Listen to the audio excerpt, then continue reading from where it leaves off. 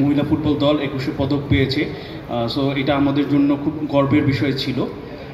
এরপরে আমরা বলতে চাই ফুটসাল দল প্রথমবার, পুরুষ ফুটসাল দল প্রথমবারের মতন এফসি ফুটসাল এশিয়ান কাপ কোয়ালিফায়ার্সে অংশগ্রহণ করবে, যা 20 থেকে 24 সেপ্টেম্বর 2025-এ অনুষ্ঠিত হবে, যার ড্র 26শে জুন অনুষ্ঠিত হবে। 26শে জুন আসলে আমরা জানতে পারবো আমরা কোথায় আমাদের পার্টিসিপেন্ট টিম কে হবে আমাদের দলে, এবং কোথায় আমরা খেলাটা হোস্টিং টিমটা কোন দেশে অনুষ্ঠিত হবে।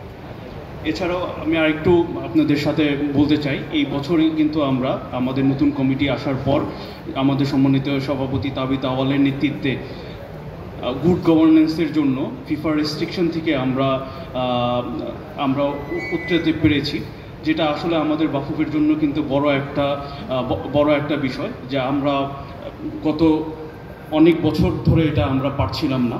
তো আমি ধন্যবাদ জানাতে চাই বাফুফের সম্মানিত সভাপতিকে এবং তার কমিটিকে এবং বাফুফের সকল কর্মকর্তাকে। সবার সমন্বিত প্রচেষ্টায় আমরা কিন্তু এই রেস্ট্রিকশনটা উঠাতে পেরেছি। এটা আমাদের চলমান প্রক্রিয়া, আমরা প্রতিনিয়ত এটার জন্য কাজ করে যাচ্ছি, যেন সামনের বছরও আমরা সুন্দরভাবে এই প্রসেসটা কন্টিনিউ করতে পারি। ধন্যবাদ।